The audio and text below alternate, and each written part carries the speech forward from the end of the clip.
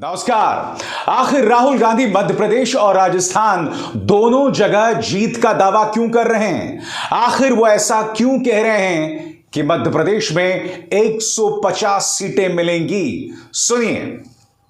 अभी हमारा डिस्कशन हुआ, लंबा चौड़ा डिस्कशन हुआ और हमारी इंटरनल असेसमेंट है कि 136 मिली कर्नाटक में। हमारा इंटरनल असेसमेंट है कि हमें एमपी में 150 मिलने जा रही है। तो कर्नाटक में जो किया उसको हम रिपीट करने जा रहे हैं। अगर आपने गौर किया होगा तो यहां पर उन्होंने कर्नाटक का भी नाम लिया। याद कीजिए दोस्तों, कर्नाटक में क्या था कांग्रेस का मंत्र?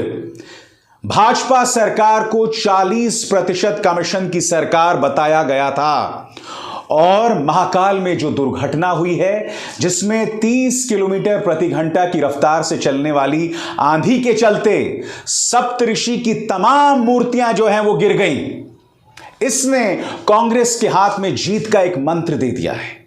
यह बतला दिया है कि छोटी छोटी चीजों पर भ्रष्टाचार ही नहीं, भारतीय जनता पार्टी हमारे विश्वास धर्म के साथ भी भ्रष्टाचार करती है। दुख की बात यह है कि प्रदेश की जनता यह देख रही है, देश की जनता यह देख रही है कि इतनी बड़ी घटना हो गई, मगर इसमें ना मीडिया डिबेट कर रहा है, ना अखबार सलीके से सवाल कर रहा है, चंद अखबारों को छोड़कर, या यह कहा जाए एक अखबार को छोड़कर। आपकी स्क्रीन पर दोस्तों देखिए, दैनिक भास्कर ने किस तरह से अपने पहले पन्ने पर इस खबर को छापा है। इसमें आप देख सकते हैं तमाम सप्तऋषि जो हैं बैठे हुए हैं। टूटने के बाद उन्हें एक जगह लाया गया है और एक जगह बिठाया गया है, और दैनिक भास्कर यह कह रहा है मानो मौन धरने पर बैठे हुए हैं। क्या कह रहा है दैनिक भास्कर? ध्यान से सुनिएगा। प्लास्टिक की मूर्तियां, कमजोर बेस, अंदर स्टील सरिया तो लगाए ही नहीं गए। कितनी शॉकिंग बात है ना दोस्तों। प्लास्टिक की मूर्तियां, कमजोर बेस और स्टील सरिया जो कि किसी भी मूर्ति में लगाए जाने चाहिए, वही नहीं लगाए गए। दैनिक भास्कर और क्या कहता है इस पर गौर कीजिएगा। और मैं आपको क्यों बतला रहा हूं? ये मैं इसलिए बतला रहा हूं क्योंकि महाकाल कॉरिडोर का उद्घाटन प्रधानमंत्री नरेंद्र मोदी ने किया था। बड़ी बड़ी बातें की गई थी, और वो बड़ी बड़ी बातें क्या है वो कुछ देर में मैं आपको सुनाने वाला हूं। मगर दैनिक भास्कर यह भी कहता है, ध्यान से सुनिए, पत्थर से मूर्तियां बननी थी, जल्दबाजी के कारण बदला प्लान। पत्थर की मूर्तियां बननी थी और जल्दबाजी में प्लान बदल गया। मैं आपसे यही पूछना चाहता हूं दोस्तों कि जो पॉलिटिकल पार्टी धर्म के नाम पर वोट मांगती है, यह है उसकी हकीकत। इस तरह से आम श्रद्धालु की जान के साथ खिलवाड़ किया जा रहा है कि पत्थर की मूर्तियां बनानी थी, आपने प्लास्टिक की मूर्तियां बना दी, सरिया ही नहीं डाला। भास्कर ने एक बहुत ही जबरदस्त इन्वेस्टिगेशन किया है जिसमें उनके अपने एक्सपर्ट ने इसके 4 कारण बताए हैं। और वो जो 4 कारण है ना दोस्तों, उन कारणों को पढ़ने के बाद तो ऐसा लगता है कि अच्छा है कि उन्होंने पत्थर की मूर्तियां नहीं लगाई, क्योंकि अगर पत्थर की मूर्तियां गिरती और अगर वो किसी श्रद्धालु के ऊपर गिरती तो बचना नामुमकिन था।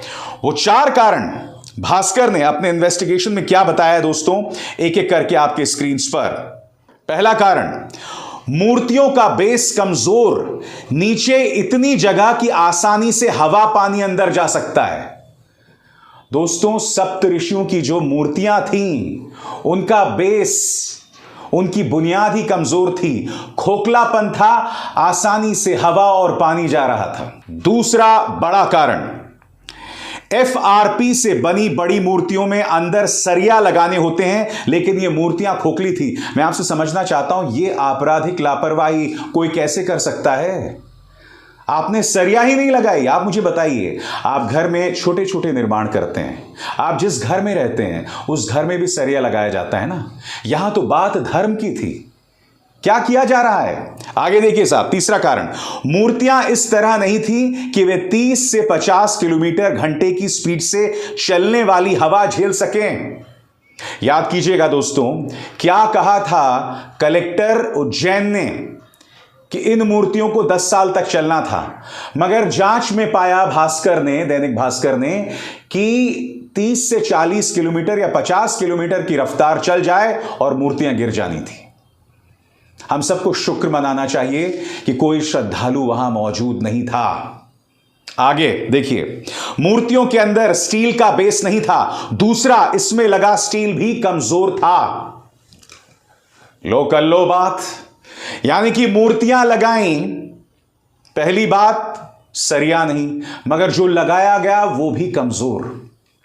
अब आप मुझे बताइए ना, ये भ्रष्टाचार नहीं तो क्या है?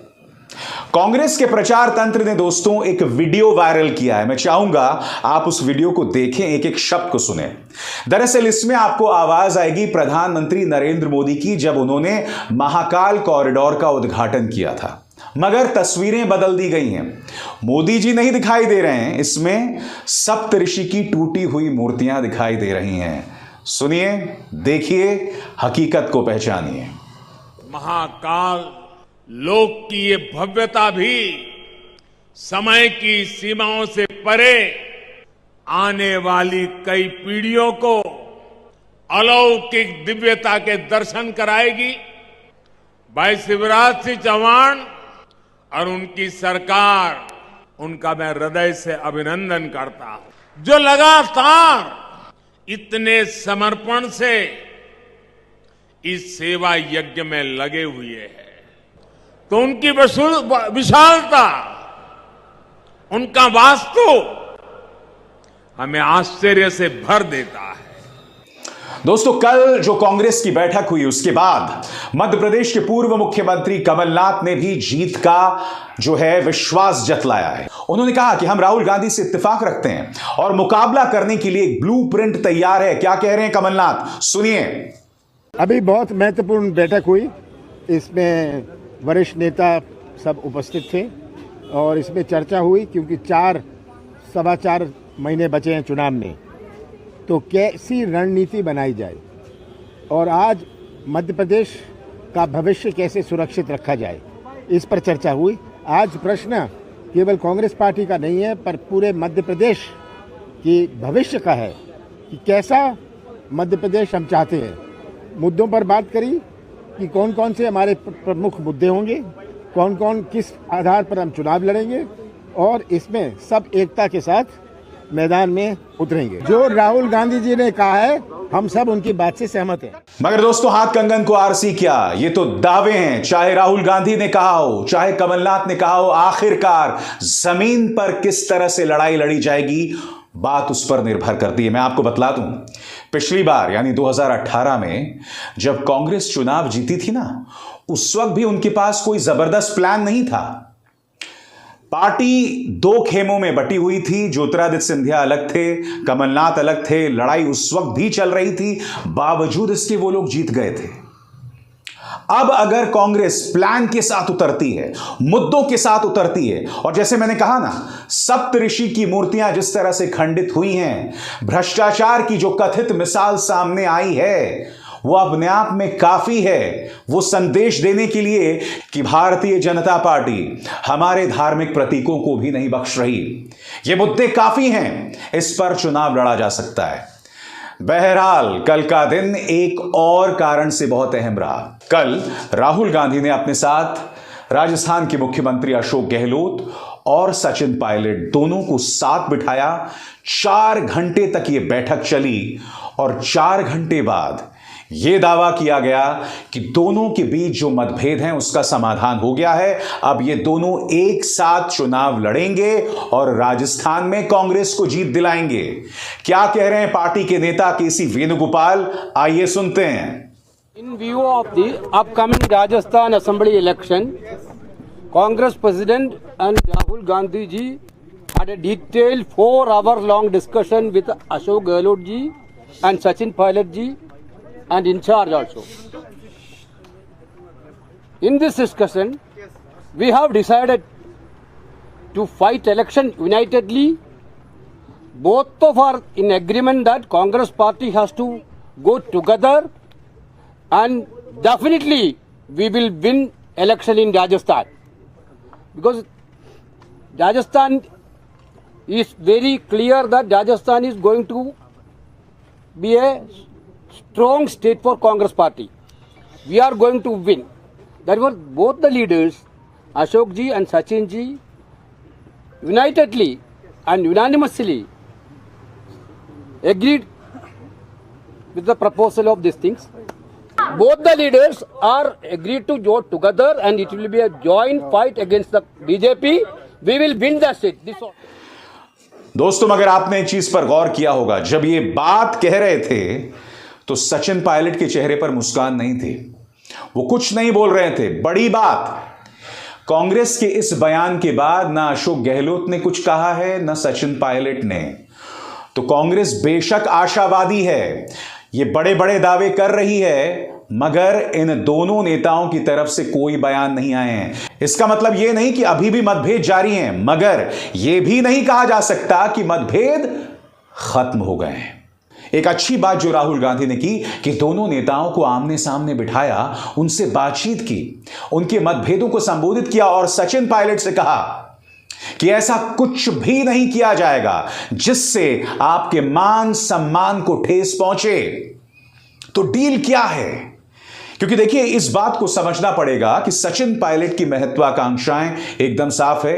वो मुख्यमंत्री बनना चाहते हैं, वो मुख्यमंत्री तो बनना चाहते हैं, मगर उनके पास विधायकों का समर्थन नहीं है।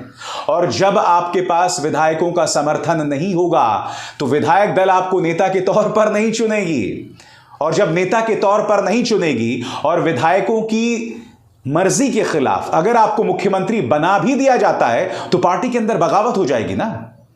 तो कांग्रेस के सामने राजस्थान का मुद्दा अभी बदस्तूर बना हुआ है, क्योंकि ना सचिन पायलट ना अशोक गहलोत ने कुछ कहा है, मगर यकीनन कांग्रेस कोशिश करती नजर आ रही है। यह बड़ी बात है।